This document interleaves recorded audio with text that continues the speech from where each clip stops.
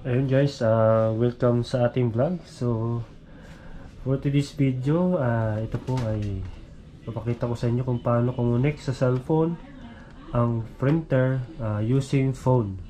So, i-connect po natin yung phone to printer. Ito pong printer ay Brother DCVWT T710W. Ay, lapin po natin para makita nyo. Yan. So, nakikita nyo po yung screen. So, ayan. Paano ba natin i-connect ito sa cellphone para makapag-print kayo ng dokumento or photo sa gamit ang cellphone? So, ganito lang po guys. Punta lang unang step natin ay punta po kayo sa printer. Yan. So ito po, punta po kayo sa menu. Then hanapin nyo po yung Wi-Fi. Ito, down. Network yan, network. Then okay. Then hanapin nyo po yung Wi-Fi. Yan, Wi-Fi direct. Yan po, tapos okay. Then hanapin nyo po is yung manual. Ayan, manual. Okay. Then, yan po yung pangalan ng Wi-Fi at yung password ng Wi-Fi. So, kunin nyo lang po ang cellphone nyo. Punta po kayo dito sa cellphone. Kukopyahan nyo lang po yung nandyan sa display. Kung ano po, nandyan po nakalagay yung password at saka yung pangalan ng Wi-Fi. So, yun. Punta tayo dito sa Wi-Fi. Ang pangalan ng Wi-Fi, yan.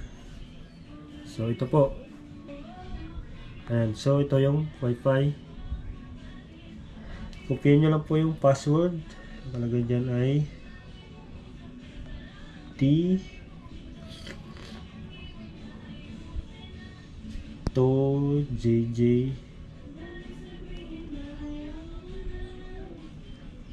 Tagal kasi yun eh. Yan, aim na maliit, tapos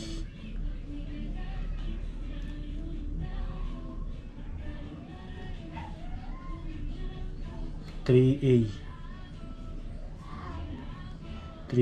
na malaking A. Para makuha nyo po guys, i-picturean nyo lang po para maganda.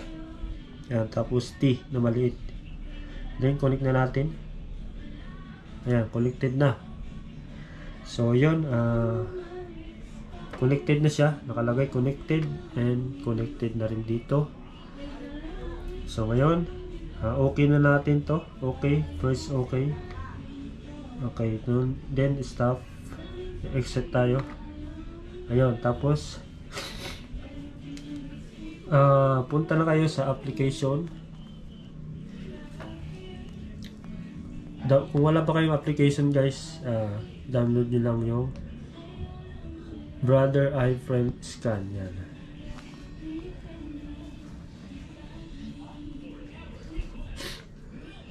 Yan. So yan, connect natin sa device, machine.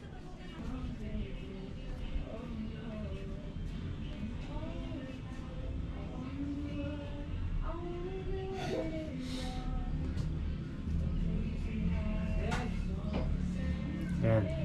DCV enter. Processing. Okay na. Ito na. Ito dyan. Ayan. Kung nakita nyo na yan, ibig sabihin connected na.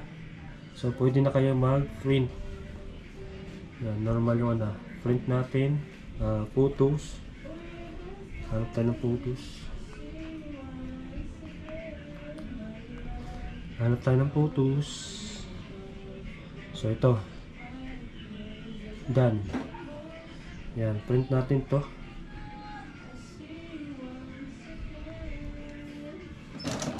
Yan.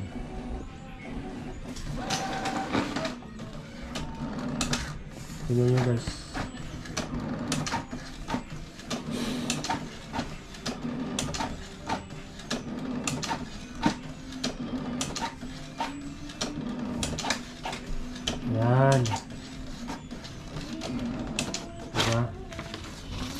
printed na.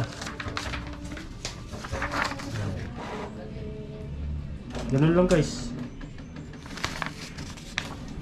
Diba? So i-blur lang to kasi ano to ID. So yun. Ganun lang guys ang paggamit ng printer na to. Yun, sana may natutunan kayo sa aking vlog na naman. So yun. Click subscribe and click notification bell para lagi po kayong updated sa ating channel. Yan. So thank you. God bless.